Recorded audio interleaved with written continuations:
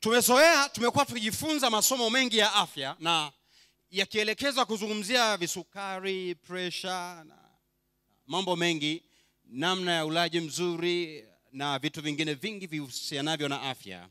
Leo tunatamani kuangalia Biblia inavyosema juu ya afya zetu. Kwa hiyo wote ninawakaribisha, wakubwa kwa wadogo, tupate kuwa na muda huu mzuri wa kusikilizana vizuri katika session hii njema juu ya afya na maisha ya kiroho. Karibuni sana. Karibuni sana. Tunapoanza, ninaomba wote mlio na Biblia twende katika kitabu kile cha Yohana wa 3 sura ya 1. Ukifika hapo tutaomba na kisha tutaanza kujifunza. Katika Yohana wa 3, waraka wa 3 wa Yohana sura ya 1 na mstari ule wa 1, na hapo nitasomewa na mtu, lakini kabla ya hapo tutaomba kwanza ili tuanze kujifunza somo la pekee la leo kama ambavyo Mungu atatujalia. Wote tumefika hapo? Ninaomba ni wasihi wote tufumbe macho tupate kuomba. Hosana Yesu mwana wa Mungu, ule muda ambao ulikuwa umeukusudia umefika. Watoto wako kusogea miguuni pako na kujifunza chini ya miguu yako. Na sasa ni muda mwingine mzuri ambapo tunakwenda kuangalia somo la afya pamoja na maisha ya kiroho hapa duniani. Ninaomba uwepo wa Roho wako Mtakatifu huyu atusaidie kuelewa somo hili ambalo litatusaidia kusogea tena hatua nyingine kukaribia wewe. Tusaidie kuelewa katika jina la Yesu Kristo, wote tuseme amen. Kitabu kile cha waraka wa 3 wa Yohana, waraka wa 3 wa Yohana sura ya 1 mstari wa 1 mpaka mstari wa 3. Ninaomba mmoja ambaye huwa anasoma kama umeme twende pamoja naye hapo tusomee. Au basi kama hakuna, kwa sababu mimi pia ninaweza nikasoma hapo, ila ni vizuri, ninapenda kushirikisha wengine pia wafanye kazi fulani tunapokuwa tunajifunza hapa. Waraka wa 3 wa Yohana sura hiyo ya 1 mstari wa 1 utaenda mpaka mstari wa 3. Neno la Bwana linasema. Linasemaje? Mzee kwa Gayo mpenzi. Nimpendaye katika kweli. Mpenzi, naomba ufanikiwe katika mambo yote na kuwa na afya yako. Mpenzi, naomba ufanikiwe katika mambo yote na kuwa na afya yako. Kama vile roho yako ifanikiwavyo. Maana nalifurahi mno walipokuja ndugu. Na kuishuhudia kweli yako. Kama uendavyo katika kweli. Hili ni fungu ambalo limekuwa likisomwa. Huwa linasomwa sana katika masomo ya afya. Na kiuhalisia ninatamani tulijifunze kwa namna moja ya upana sana. Kwamba Yohana akiwa anaandika, Yohana huyu anayeandika ni yule aliandika Injili, kitabu kile cha Injili ya Yohana. Lakini ni yule aliandika kitabu kile cha Ufunuo akiwa Patmos. Sehemu nusu ya kitabu cha Ufunuo aliandika akiwa Patmos, na nusu iliyobaki ya kitabu cha Ufunuo aliandika mwaka ule wa 96 AD akiwa amerudi akiwa Efeso. Na anaandika akiwa amerudi, anamalizia nusu ya kitabu cha Ufunuo anaandika Injili ya Yohana. Anamaliza kuandika Injili ya Yohana, anaandika nyaraka 3 za Yohana. Na miongoni mwa nyaraka hizo ni huu waraka wa 3 wa kitabu chake ambao anauandika akiuelekezea kwa Gayo kipenzi chake. Gayo ni nani?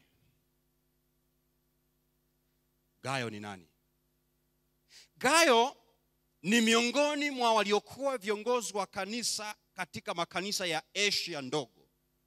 Makanisa ambayo Paulo katika zile safari 3 za kimishonari alipita na mpaka alivuka kaenda mpaka maeneo ya Ulaya, katika maeneo ya Makedonia ambayo ni sehemu ndogo ya Ulaya. Sasa miongoni mwa makanisa ambayo Paulo alipita, Yohana alipata rafiki katika moja makanisa hayo. Na kanisa hilo lilikuwa na mzee mmoja aliyekuwa kiongozi wa kanisa mkubwa aliyekuwa na imani na ni mzee ambaye alikuwa amesimama vizuri katika masuala ya utume. Jina lake aliitwa Gayo. Pale kanisani, katika moja ya makanisa ya Asia ndogo ambapo Gayo alikuwepo, lile kanisa lilikuwa na changamoto fulani hivi. Changamoto ile ilikuwa ni changamoto ya uongozi, kama ilivyo leo kwa baadhi ya makanisa yalivyo na changamoto za kiuongozi, changamoto za kiutawala. Mzee Gayo alikuwa na mzee mmoja mwingine ambaye alikuwa anasaidizana katika kazi. Alikuwa anaitwa Diofrete.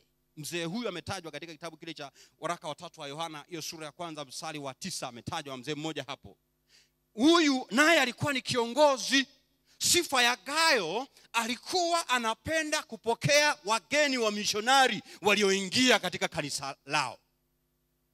Sasa ilikuwa hivi, Gayo akipokea watu wa Mungu nyumbani kwake, mzee mwenzake hakufurahia.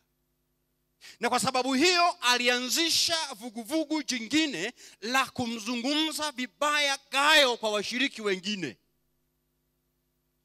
Na umri wa Gayo ulikuwa ni mkubwa. Naelezea historia na background kwa ujumla ya waraka huo wa 3 wa Yohana, huyo wa Yohana wa Injili na Yohana wa Patmos, ile kitabu cha Ufunuo. Sasa mzee huyu Gayo alikuwa pia mzee wa umri. Tunazungumzia afya, nifuatilie vizuri. Alikuwa pia mzee wa umri. Mzee mwenzie alipomsumbua kwa muda mrefu kwa kutotaka kuwa na amani kanisani, mzee alipata shida ya moyo. Alipata stroke. Na taarifa hizi zikamfikia Yohana ambaye ni rafiki yake. Gayo aliyeugua ugonjwa wa moyo, taarifa zikamfikia Yohana, na ndipo Yohana anapoandika waraka wa 3 wa Yohana. Miongoni mwa habari anazoziandika katika waraka huu ni kumtia moyo mzee Gayo asije akatindikiwa na imani. Mwambie, sikiliza mzee Gayo, ni kawaida sana kwa kanisa kuwa na changamoto kama hizo. Kupatikana viongozi walio kinyume na wewe. Kwani hii changamoto sisi tunayo kwenye makanisa jamani. Mzee mmoja anasimamia vema, wengine wanaona aibu, wanapoona aibu wanatengeneza namna nyingine ya kutaka kuharibu. Naomba niwaambie, wako washiriki wengi ndani ya kanisa wameugua kwa sababu ya changamoto za kanisani. Ni kweli au si kweli? Gayo ni shahidi wa mambo haya. Alipata stroke na Yohana akamwandikia ujumbe huu. Hilo fungu tulilolisoma waraka huo wa 3 wa Yohana sura ya 1 mstari wa 1 mpaka mstari wa 3, Yohana akaanza na habari hiyo hiyo. Akasema, mzee kwa Gayo mpenzi, nimpendaye katika kweli. Mpenzi, naomba ufanikiwe katika mambo yote na kuwa na afya yako kama vile roho yako ifanikiwavyo. Katika mafungu haya matatu yako mambo makuu matatu. Nifuatilie sasa. Jambo la kwanza, Yohana anamtakia mafanikio Gayo katika swala la kiroho. Moja, Yohana anamtakia Gayo mafanikio katika swala la kimwili. Mambo yako yote anazungumzia mwili katika muktadha wa chakula, muktadha wa elimu, muktadha wa jamii, muktadha wa siasa, muktadha wa kiuchumi, muktadha wa biashara na vitu vingine vyote ambavyo mwanadamu hata leo ana fight kwa ajili ya hivyo. Hiyo ni sehemu ya pili ya ujumbe huo kwa Gayo. Sehemu ya tatu na ya mwisho katika sehemu hiyo akazungumzia afya. Jamani, afya na mambo yako yote imetenganishwa. Kwa nini swala la afya Yohana hajalizungumzia katika swala la naomba ufanikiwe katika mambo yako yote? Afya haipo kwenye mambo yako yote. Afya imejitenga kama ambavyo swala la kiroho limejitenga. Maana yake ni hii. Sikilize. Gayo alikuwa vizuri sana katika mambo ya kiroho. Na Yohana anamwambia, nakutakia ufanikiwe katika afya kama ulivyofanikiwa katika roho, kama ulivyofanikiwa katika mambo ya kiroho, ninaomba ufanikiwe pia katika swala la afya yako, maana alikuwa mgonjwa. Naomba niwaambie jambo wapendwa. Sio wote wanaokufa wamekufa kwa sababu muda wao wa kufa kwa maana ya uzee umefika. Wengine wamekufa kwa sababu mbalimbali zinazotokea aidha katika jamii au ndani ya kanisa. Na hapa ninatamani leo tujifunze kwa namna fulani nyingine kabisa ya kibiblia ya swala la afya. Kwa nini Yohana anakuwa na shauku ya kuzungumzia afya ya Gayo, na saa hiyo anazungumzia mambo mengine ya Gayo, na muda huo anazungumzia swala la kiroho la Gayo? Niwaambie, mambo ya kiroho na mambo ya kiafya hayatenganishwi. Hello? Hayatenganishwi. Sikieni niwaambie, wako washiriki wengi tutakosa kuingia mbinguni, si kwamba hatukuwa na uwezo mzuri wa kusoma Biblia, uwezo mzuri wa kusoma lesoni, uwezo mzuri wa kusoma kanuni za kanisa, uwezo mzuri wa kuimba, ila tutakosa kuingia mbinguni kwa sababu tuliharibu kanuni ya Mungu, tukaharibu afya ya miili yetu. Miili ni hekalu la Roho Mtakatifu. Si mnafahamu hilo? Hebu tuende kitabu kile cha Wakorintho. Wakorintho sura ile ya 6, sura ya 9 na ule mstari wa 6 mstari wa 19. 6 Wakorintho wa kwanza sura ya 6 mstari wa 19. Waraka wa Paulo kwa Wakorintho 6:19, waraka wa kwanza. Au hamjui ya kuwa mwili wenu ni hekalu la Roho Mtakatifu? Jamani, au hamjui ya kuwa mwili wenu ni hekalu la Roho Mtakatifu aliye ndani yenu, mliyepewa na Mungu, wala ninyi si mali yenu wenyewe. Nitarudi kwa Gayo muda fulani, lakini ngoja niseme hii habari alafu tutaambaa katika baadhi ya kurasa za Biblia kuangalia muktadha wa afya. Sasa sikiliza. Paulo kwa Wakorintho anauliza moja ya maswali 10 yaliyoulizwa katika kanisa la Korintho. Naomba hapa pia unifuatilie vizuri. Hilo fungu la 19 la Wakorintho wa kwanza sura ya 6 anauliza swali, au hamjui? Hilo swali ni miongoni mwa maswali mengine. Yako maswali 10 ambayo Paulo aliuliza katika kitabu cha Wakorintho wa kwanza peke yake. Na miongoni mwa maswali hayo 10, kwa nini 10 nitakwambia. Miongoni mwa maswali hayo 10, swali mojawapo la msingi ambalo ni la pili kutoka mwishoni mwa maswali hayo linalenga habari ya afya ya mwili wako.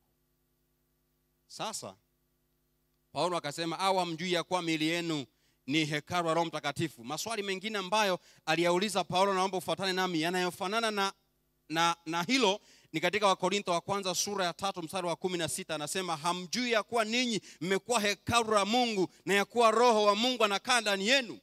Nyingine ni katika Wakorintho wa kwanza sura ya 5 mstari wa 6. Anasema, kujisifu kwenu si vizuri. Anasema, hamjui kwamba chachu kidogo ulichashusha dongo zima?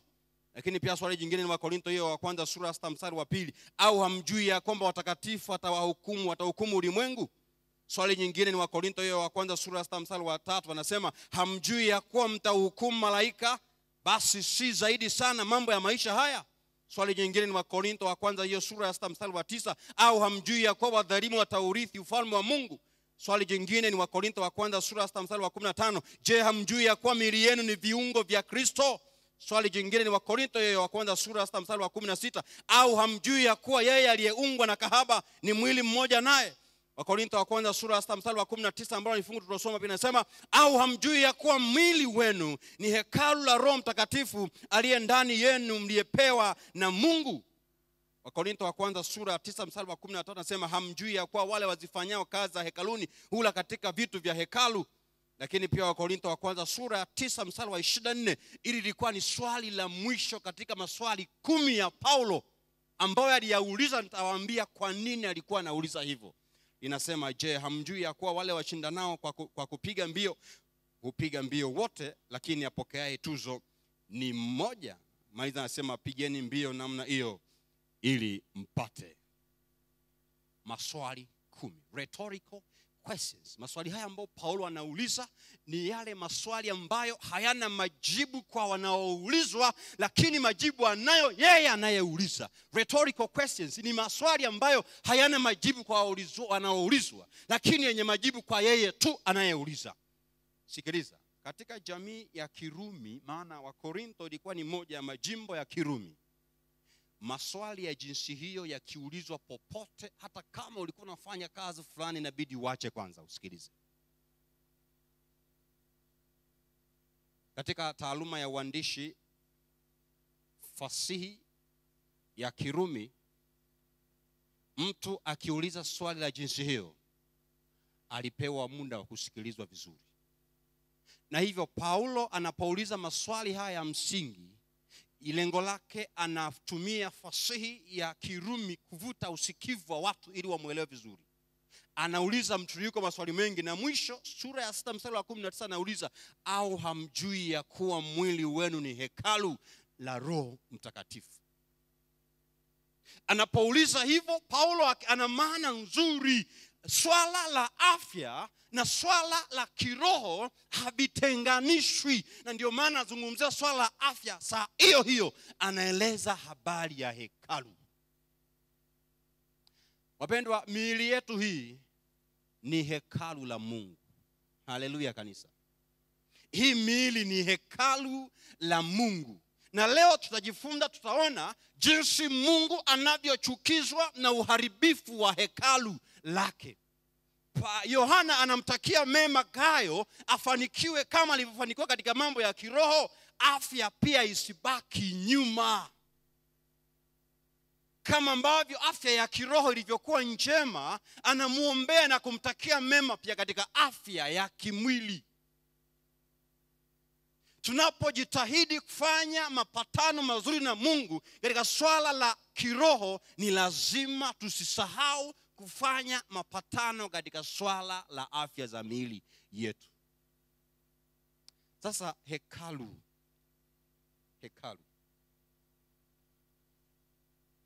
Ninaelewa mnafahamu jinsi ujenzi wa hekalu ulivyofanyika zamani zile, wakati Mungu alipomwambia Musa, na wanitengenezee patakatifu nikae katikati yao. Mungu alipokuwa anamwambia Musa katika hicho kitabu cha Kutoka sura 25 mstari wa 8, Musa, na wanijengee patakatifu, na Mungu alimuonyesha Musa ramani yote, ni patakatifu katikati ya dunia ambayo si takatifu. Hebu nisikize vizuri sana hapo. Musa aliambiwa kujenga patakatifu katikati ya dunia isiyokuwa takatifu. Na Mungu alikuwa anahamisha uelewa kutoka dunia ikiwa haina dhambi kuelekea dunia ikiwa ina dhambi. Akajenga patakatifu. Patakatifu pale palikuwa na sehemu 3. Kulikuwa na uzio wa nje, alafu kulikuwa na chumba cha kwanza cha patakatifu, na kulikuwa na chumba cha pili cha patakatifu. Kwa hiyo kulikuwa na ule uzio wa nje, the courtyard kule nje, na kulikuwa na chumba cha kwanza cha patakatifu, na sehemu ya mwisho ilikuwa ni patakatifu pa nini? Pa patakatifu. Nisikilize, tunataka kulinki na afya hapo. Sasa hii sehemu iliitwa takatifu. Kwa nini ni takatifu? Mungu alihamisha uelewa wa dunia ikiwa haina dhambi kuelekea dunia yenye dhambi. Akaweka utakatifu katikati ya dunia yenye dhambi. Hapo patakatifu akapaweka. Bustani ya Eden ilikuwa na maeneo tena mangapi? 3. Kulikuwa na nje ya bustani ya Eden, kulikuwa na bustani ya Eden yenyewe, na kulikuwa na katikati ya bustani ya Eden palipokuwa na mti ule wa ujuzi wa mema na nini? Hapo katikati. Kulikuwa na nje ya bustani ya Eden ambayo inalinganishwa na ugo wa nje wa hema takatifu ya Waisraeli.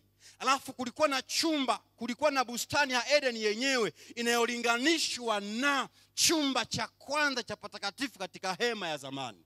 Na kuna sehemu ya pili ambayo ni patakatifu cha hema inayolinganishwa na katikati mwa bustani ya Eden. Kwa hiyo Mungu akachukua ramani ya utakatifu wakati dunia ikiwa ni takatifu, analeta wakati dunia ikiwa na uchafu. Naomba niwaambie, ili likaitwa hekalu. Mwili wa mwanadamu anayeishi katika huu ulimwengu ni hekalu, yaani ni mwili unaoishi katikati ya ulimwengu uliochafuka. Yaani kila mtu unayemuona duniani hapa, Biblia inamtaja ni hekalu, lakini hilo hekalu linaishi wakati ambapo dunia imechafuka. Sasa ndo anasema Paulo, au hamjui hilo kwamba miili yenu ni hekalu la Roho Mtakatifu? wala hiyo miili si ya kwenu ninyi wenyewe, maana ni kao la Roho Mtakatifu. Kwa kusema hivyo, hekalu halikupaswa kuchafuliwa. Katika zama za Musa, aliyechafua hekalu ilimgharimu sana kulisafisha. Na ndio maana huduma zote zilizokuwa zinaendelea zilikuwa zinaambatana na usafi wa hali ya juu mno. Halipasi kuchafuliwa. Na kule ndani kulikuwa na kile kiti cha enzi cha Mungu huko, ambapo pia juu ya hilo sanduku la agano kuna hicho kiti, na katika hicho kiti ndio lidhaniwa utakatifu wote wa Mungu uko hapo. Sehemu hiyo inafananishwa na moyo wa binadamu. Isikilize sasa. Wale wanaolichafua hekalu la Mungu wanamfukuza Roho Mtakatifu asikae katikati yao. Mungu alimwambia Musa, nijengee patakatifu nikae katikati yao. Ukisoma Biblia hilo fungu la Kutoka sura hiyo, kutoka hiyo sura ya 25 mstari wa 8, alipokuwa anasema habari hiyo, nijengee patakatifu nikae katikati yao, hilo neno nikae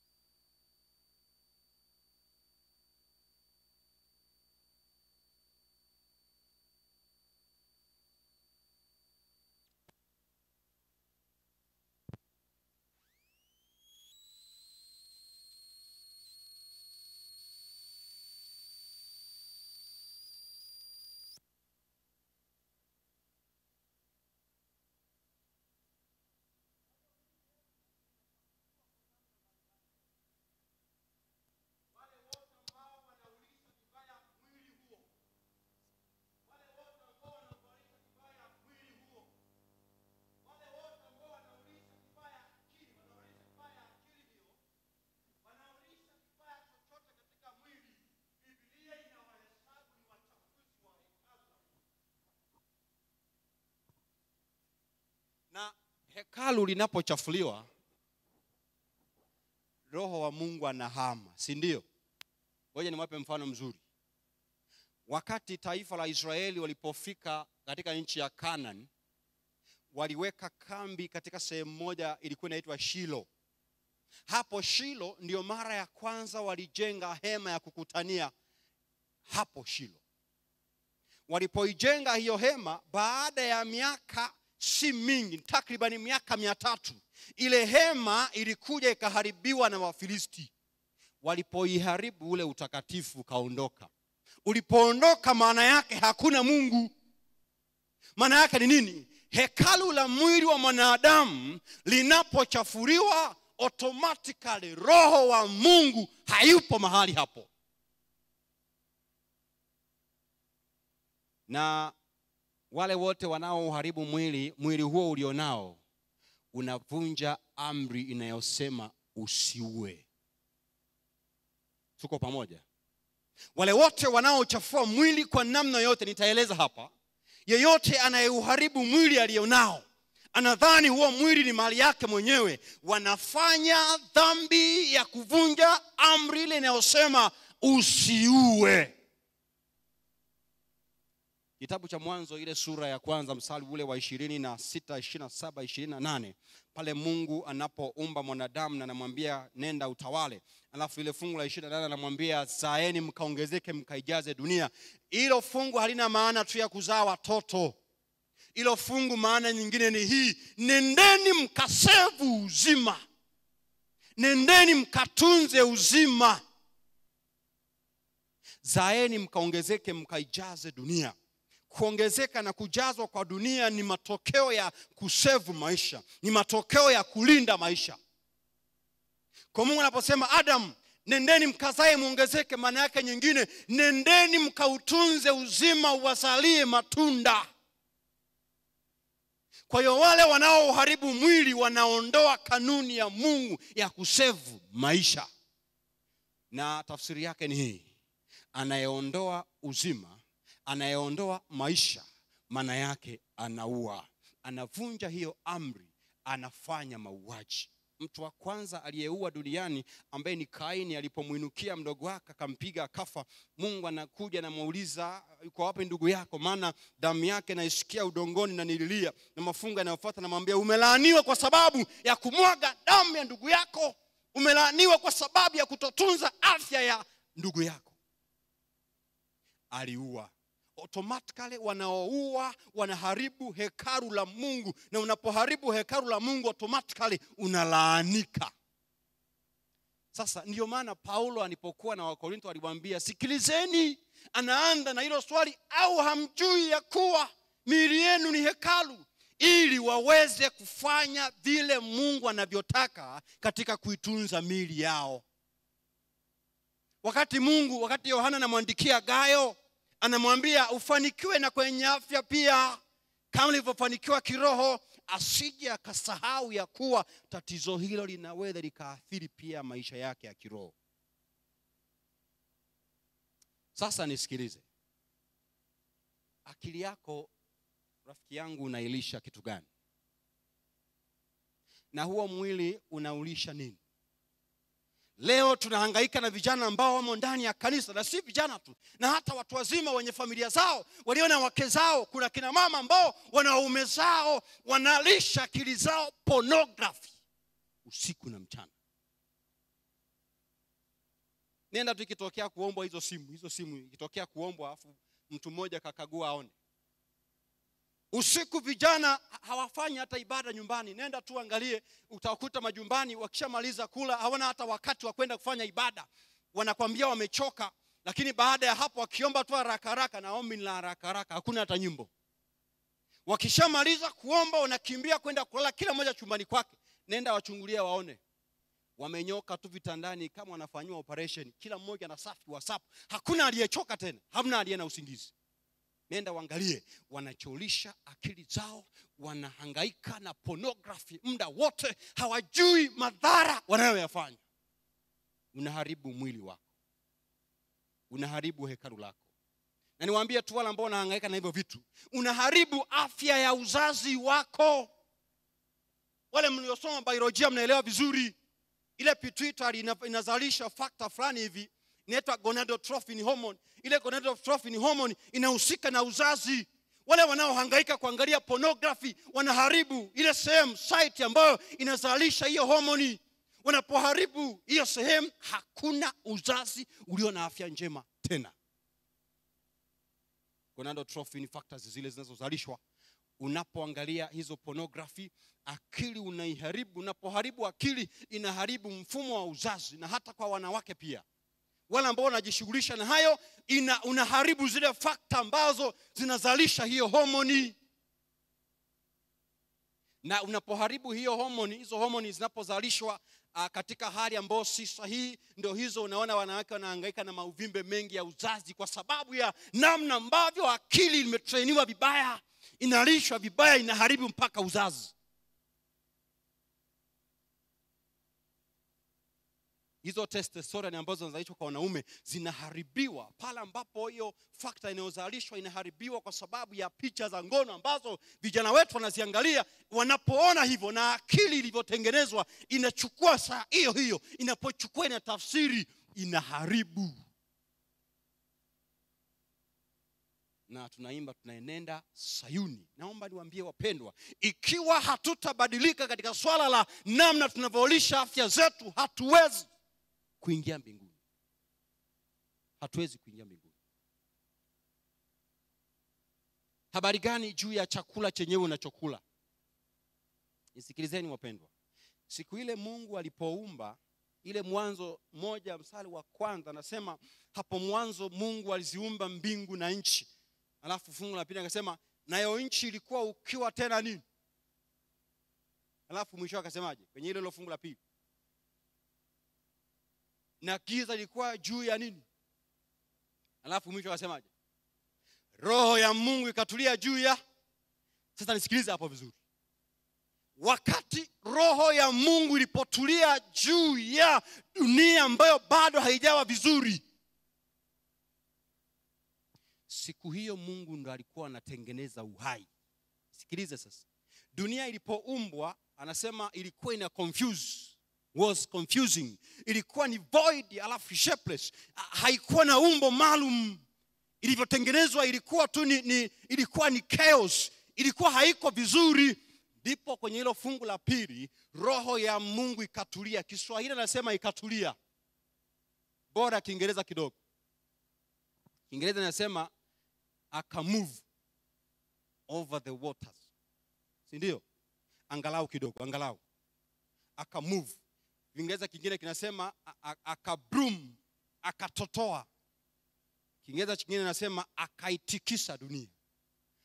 Kwenye lugha ya asili ambayo imetumika kuandika Biblia, tafsiri ya kutotoa ndio sahihi, au tafsiri ya kusema akatikisa ndio sahihi. Dunia hii ilipoumbwa ilikuwa haieleweki, kaskazini, kusini, magharibi, mashariki, na vitu vilivyopo vilikuwa havieleweki. Roho wa Mungu ambaye ndani yake alijaa uzima akaja akaiatamia dunia. Alipoiatamia akaitotoa, kwa maana nyingine akaitoa katika umbo lake maalum, ndani yake ukiwepo uzima wa wanyama na wanadamu.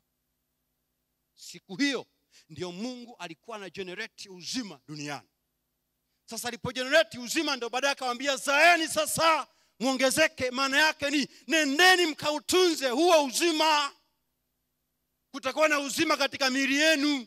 Nendeni mkautunze huo uzima. Wale wanaoharibu wanaenda kinyume na kanuni ya Mungu ya uzima.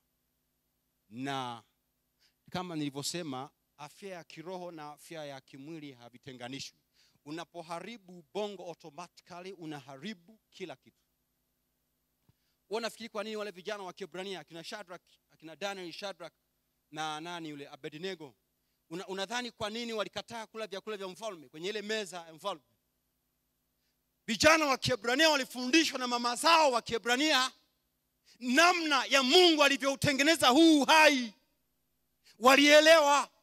Walielewa vyakula vinavyoharibu ubongo. Na shetani amefanikiwa mno, ameharibu hapa, ameharibu ubongo. Anapoharibu ubongo anajua ataharibu maamuzi sahihi yatakayowafanya wanadamu waokolewe. Matokeo yake tunauharibu ubongo kwa pornography, tunaharibu ubongo kwa vyakula visivyofaa.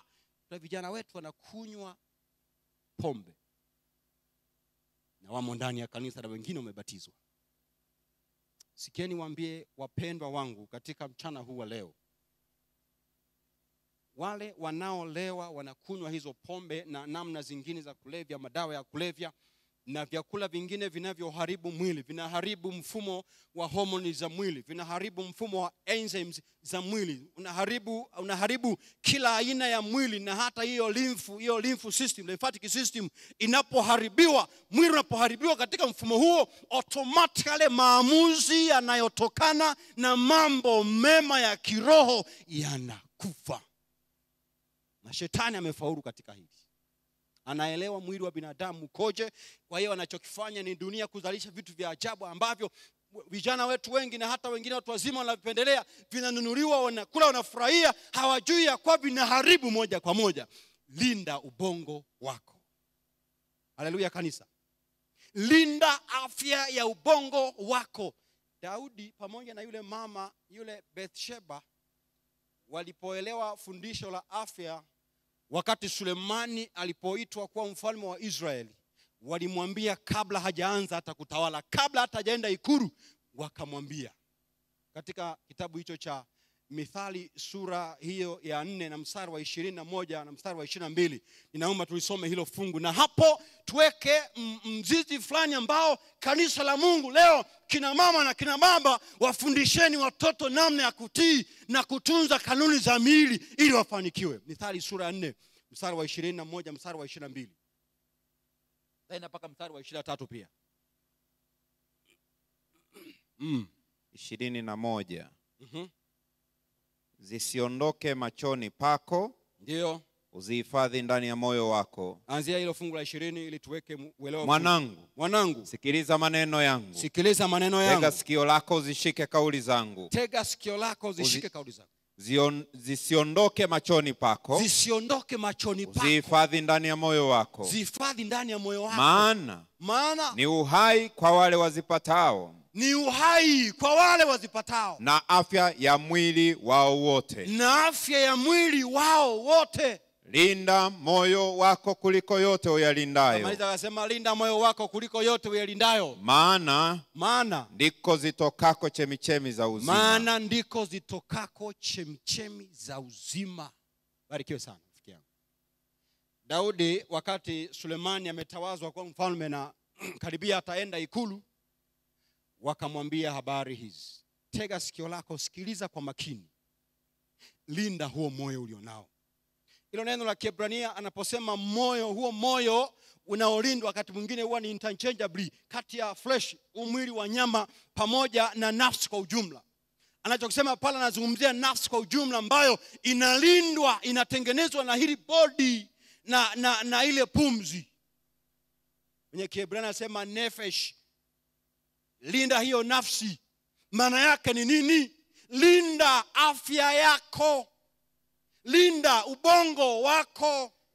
Linda kila kitu mwilini mwako, ndipo unaweza ukaliongoza vizuri taifa la Israeli. Nisikizeni wapendwa.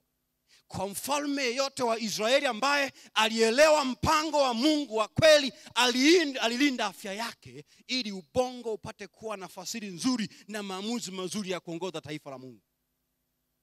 Hatuwezi kuwa na utume mwema ni mpaka akili zetu zinalishwa vizuri. Haleluya wapendwa. Wale wanaoleta magomvi kanisani, mnaharibu afya za wazee. Si mnaona kuna wazee wengi wanakufa kwa sababu ya misongo, kwa sababu washiriki fulani hawaeleweki. Naomba niwaambie wale wote wanaochangia kuharibu afya za watu ndani ya kanisa, wanafanya ile laana, wanafanya dhambi ya Kaini. Lakini pia wapendwa, hizo stress zinapokuja, tujifunze pia kuzizuia, tujifunze kupokea. Ameeleza vizuri katika Mithali sura ya 17 mstari wa 22. Moyo uliochangamka ni dawa. Ile fungu mshawahi kuliona? Moyo uliochangamka ni nini? Mzee mmoja nilikuwa naongea naye. Huyo mzee ni wa hapa kanisani. Ni wa hapa Kizota. Ila sitamsema ni nani. Nilijifunza kwake vitu fulani vya pekee sana na nimeamua Mungu anisaidie kuviishi. Alisema hivi: ukitaka kuishi maisha marefu duniani na umtumikie Mungu vizuri, epuka misongo. Anaonielewa punga mikono. Ukitaka kuishi maisha marefu duniani yenye kumtumikia Mungu, epuka misongo. Unaepukaje sasa? Kila jambo linalokuja maishani mwako lipokee kwanza kama lilivyokuja. Usipaniki. Na ndio maana Yohana anamwambia mzee Gayo, mimi nakutakia mema. Naomba ufanikiwe katika moyo wako, katika afya yako, kama ufanikiavyo katika nini? Katika roho. Alikuwa na tatizo la moyo, alikuwa amechanganywa na mzee mwenzake, ambaye wewe, naomba uiangalie afya yako, fanikiwa kama ulivyofanikiwa katika mambo ya kiroho. Maana kama utaendekeza, utaharibu hata maisha ya kiroho.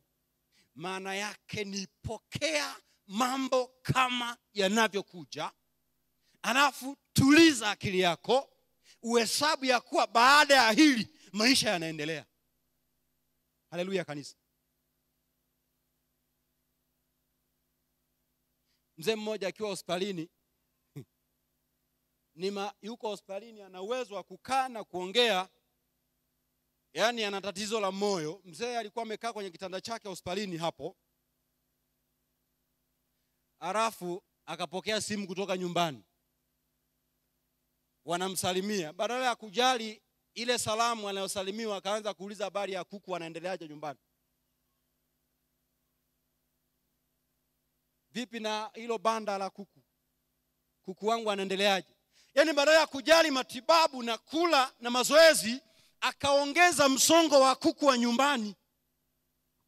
Yule mzee akuvuta muda alikufa, kwa sababu alipokea majibu yasiyokuwa sahihi kwake, ambao hakuyapendelea. Kuku anavyoendelea na banda la kuku linavyoendelea, likaongeza mzigo kwenye akili, mzee akafa. Ukitaka kuwa na maisha marefu katika dunia hii na ukamtumikia Mungu, pokea positively, pokea chanya kila jambo linalokuja. Usipaniki, tulia kwanza. Nenda waangalie katika historia wa Israeli, taifa la Israeli, mfalme yeyote ambaye alipaniki alifeli. Yeyote aliyepaniki alifeli. Yeyote tu aliyepaniki alifeli. Kuna mzee mmoja anaitwa Mfalme Hezekia. Hezekia aliugua. Alipougua alipanic. Lakini tunamshukuru Mungu, alituliza akili yake. Alipotuliza alifanyaje? Akageuka, akamlilia Bwana, na afya yake ikafanyaje? Ikarudi. Kuna mzee mmoja pia anaitwa Yehoshafati. Yehoshafati ulitokea wakati fulani wa vita, akaogopa. Nabii mmoja akamwambia, sikiliza mfalme, tulia, maana Bwana yuko kwa ajili ya taifa hili, usipaniki. Alipotulia tu, wanawake fulani wakaimba nyimbo za kumsifu Mungu. Kesho yake wakaingia vitani, Yehoshafati akashinda. Haleluya wapendwa. Afya ya mwili na afya ya kiroho havitenganishwi. Ukiharibu afya ya mwili wako, automatically afya ya kiroho umeshaiharibu. Wale wanaolewa kwa pombe, akili haziko vizuri, hawawezi wakaamua vizuri mambo ya kiroho. Wale waliokubuu kwa pornography, akili zinawaza zinaa, hawawezi kumpendeza Mungu. Wale wanaolisha mwili vibaya, akili inaharibiwa. Nguvu ya ubongo inatokana chakula unachokula. Unapokula vibaya unaharibu akili, unaharibu ubongo, maamuzi yake hata kuwa mazuri. Nimewaambia, na shetani anacheza na atmosphere ya akili, anacheza na akili. Na kwa kucheza na akili, maamuzi ya wanadamu si mazuri.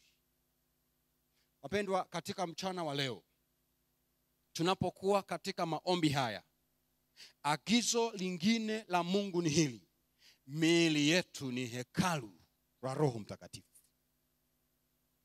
Waisraeli wao walikuwa na hekalu ambalo lilikuwa linaonekana limejengwa hapo, lakini baadaye Mungu alifanya agano upya. Yeremia sura ya 31 mstari wa 33. Alifanya agano upya. Hilo agano alilolifanya upya ni agano la kuandika sheria yake katika mioyo ya wanadamu. Sheria inaandikwa mioyoni mwa wanadamu kwa njia ya Roho Mtakatifu. Roho Mtakatifu anakaa mioyoni mwa watu, anawasaidia kuifanya mapenzi ya Bwana. Sasa tunapouharibu moyo, automatically hatuwezi kuyafanya mapenzi ya nani? Mapenzi ya Bwana. Kwa hiyo moja ya maombi ambayo katika mchana wa leo na siku ya leo tunapaswa kumwomba sana Bwana ni tumwombe atusaidie tujue namna ya kuilisha miili hii. Haleluya. Namna ya kuilisha miili hii. Kwa hiyo swala la kiafya ni biblical, ni swala la kibiblia. Unayeulisha mwili vibaya, wewe ni muuaji. Acheni hayo majuisi ya ajabu, yale yanayotengenezwa viwandani. Tengenezeni juisi nyumbani. Kunywa juisi uliyotengeneza wewe mwenyewe kwa matunda ulionunua wewe mwenyewe. Shetani anaelewa anachokifanya hapo. Anaujua mwili wa binadamu vizuri. anaelewa wakila vizuri watafanya mapenzi ya Mungu, atanyang'anywa raia. Tengeneza juisi nyumbani, kunywa juisi nzuri fresh ambayo umetengeneza wewe mwenyewe.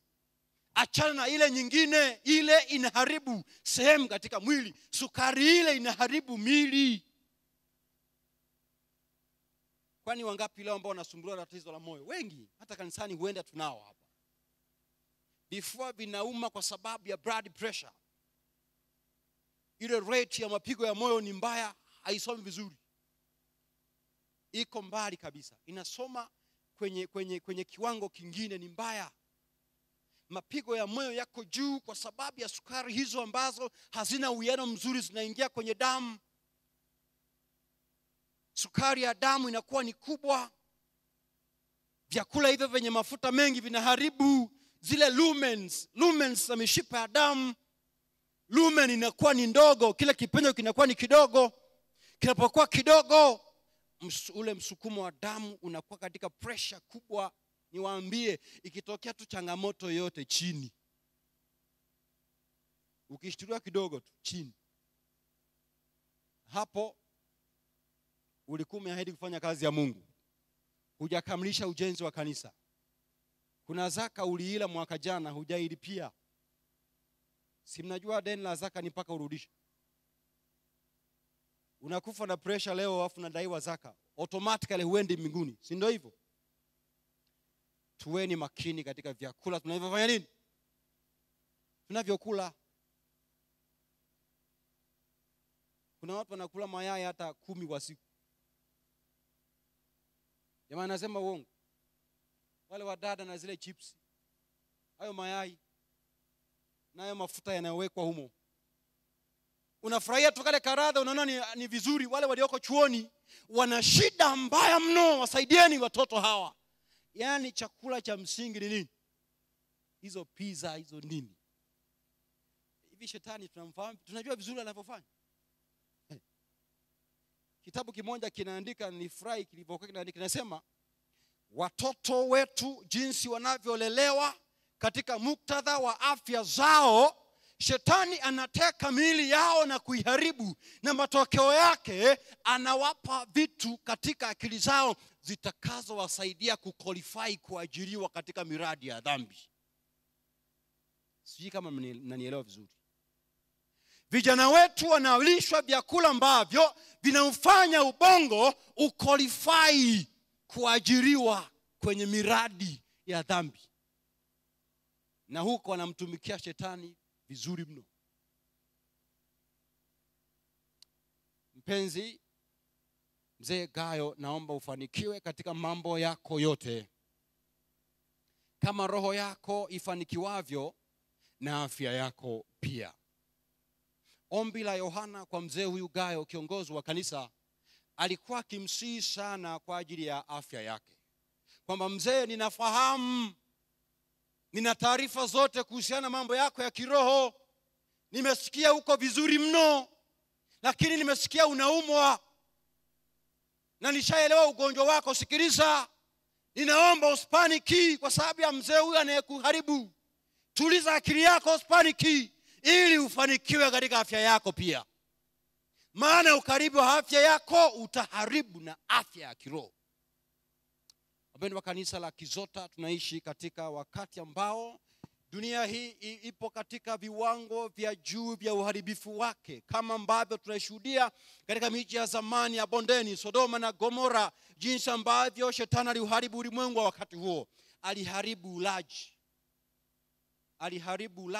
Alipoharibu ulaji, watu wakawa wanabakana tu popote. Aliharibu ubongo. Wakati wa gharika, shetani aliharibu ubongo wa wanadamu. Wakati huo wakaona lolote akifanya ni sahihi, shetani akafanikiwa. Tunaishi katika kiwango hicho cha ulimwengu.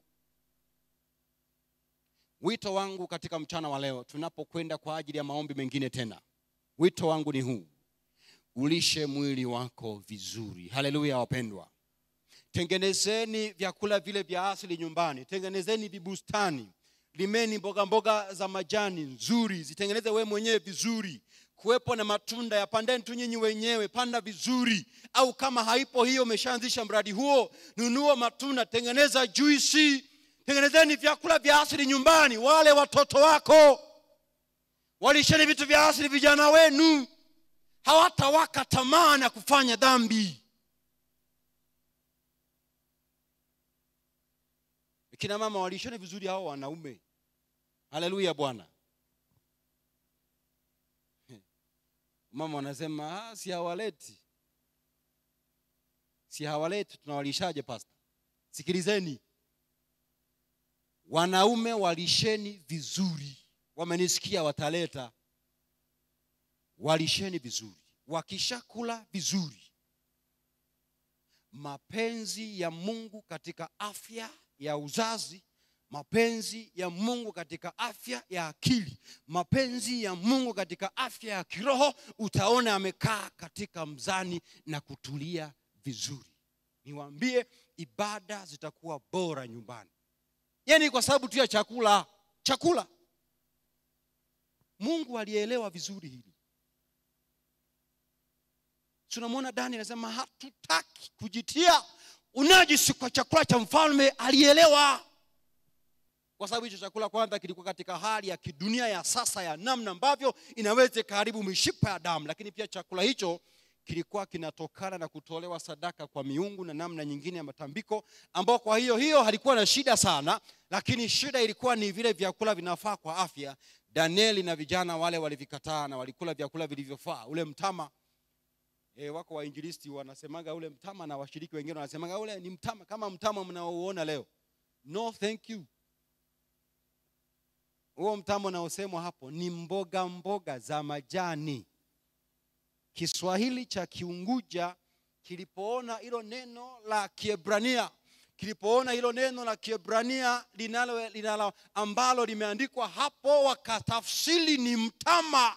Ni Kiswahili chao, lakini kinachosemwa hapo ni mboga za majani. Ukisoma vizuri nasema ni mboga zifananazo na za majani ndizo walizokula, na afya ya akili ya Danieli na wale vijana wa Kiebrania watatu zikawa vizuri. Walipindua nchi ya Babeli. Walipindua. Kwa hiyo wito wangu mchana wa leo, tulisheni miili yetu vizuri. Kwa kuzingatia mwili unaongozwa na systems zake pamoja na vitu vingine, tuzingatie hayo. Mungu wetu atatukuzwa katika afya zetu. Muda huu ninawakaribisha kwa ajili ya kipindi kingine kizuri cha maombi. Tutakwenda katika maombi. Saa hii ninaomba tutakuwa watu wawili. Katika namna hiyo tuliokaa, tutagawanyika watu wawili.